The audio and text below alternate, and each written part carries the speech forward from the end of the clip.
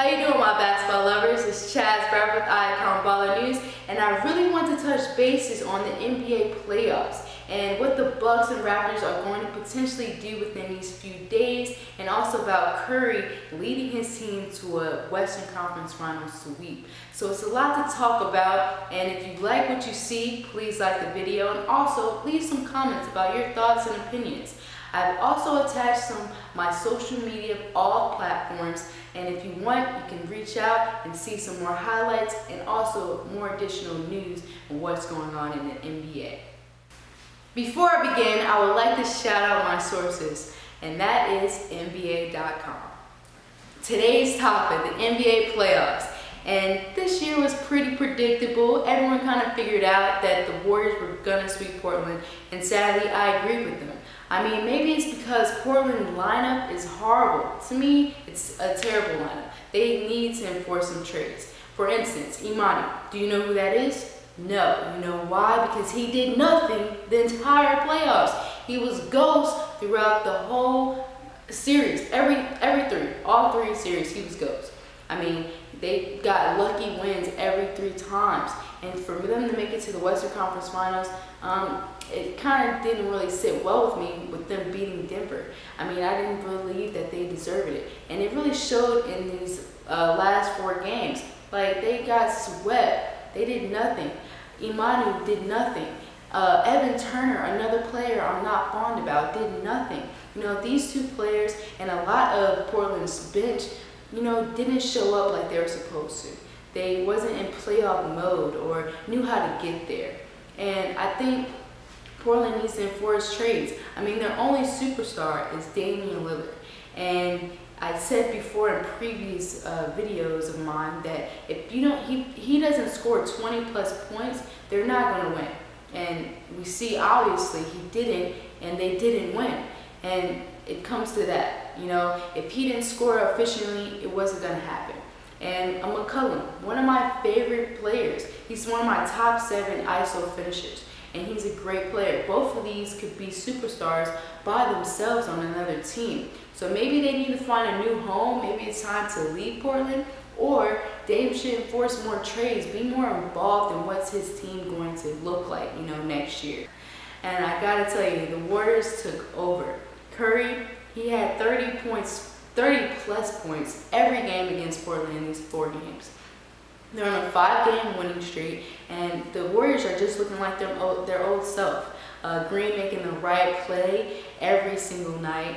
And also, the Warriors bench is so effective.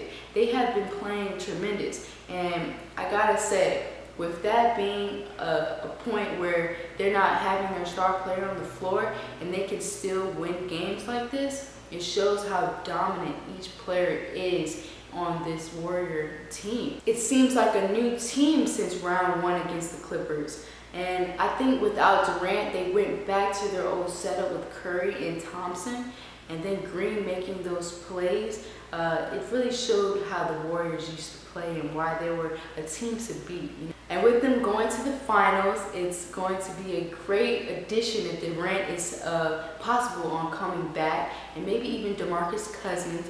But this will be great. They'll have 5 days off, and they'll be recharged to either take the Raptors or the Bucks. I believe the Bucks got a bit ahead of themselves because they were dominating so much in game 1 and 2. It looked really up for them in these playoffs. But the Raptors said, no, we are not going to let you do that to us at home. So in game 3 and 4, they dominated totally and really showed why, you know, they are in the playoffs. They played as a team. They really looked in sync together. In game 4, Kyle Lowry had 25 points and led his team, but also the help of his bench with Serge Ibaka with 17 points, 13 rebounds, and really brought that energy and intensity to the game. He changed the whole dynamic of what was really going to happen because he got his team hype, he got the crowd hype, and it really just brought a different type of energy. And also Norman Powell, someone that's underrated. No one really talks about this guy. So for him to have 18 points, one of his highest scoring career point games in these playoffs, really showed that, you know, they were playing team ball. They were passing the ball everywhere. And him scoring that really showed that this bench or this team can be potentially a, Eastern Conference Final winner. And it just shows how the Raptors are really coming up in these playoffs. But as far as the Bucks, I just believe that they can do a bit better. Giannis has had 25 points in one of his greatest games during these playoffs. He brings the intensity, the domination, and everything that happens within that. That's all him. Middleton had 30 points and led his team. That's one of the highest scoring games he's ever had throughout the entire playoffs.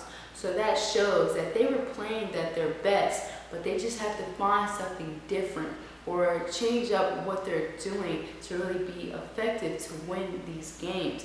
And I believe they're going to be in Milwaukee coming up in Game 5. So I'm looking for the Bucks to really go hard and dominate in Game 5. But you never know. The Raptors have been playing very well, and they could dominate on the road too. But I believe that the Bucks can do something. I can see them playing the Warriors, and that would be a great series to witness. But also the Raptors. Toronto isn't playing no games. We see Drake at the games. He's intense with them, and so it just may happen in that way. But you never know what could happen. So stay tuned. Thank you for watching Icon Baller News. Until next time, this is Chaz Bradford signing out.